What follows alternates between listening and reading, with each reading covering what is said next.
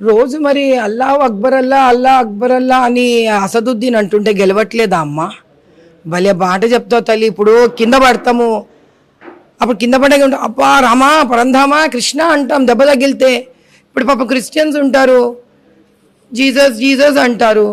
ఇప్పుడు ఒక నోట్లో నుంచి జై శ్రీరామ్ అంటే అంత అన్యాయమా? అది బీజేపీ అని కాదమ్మా, నువ్వేనా అంటావు. నువ్వు దెబ్బలు తగిలితే ఏమంటావు? ఏమంటావు? అమ్మా అబ్బా దేవుడా దేవుడా అంటాం.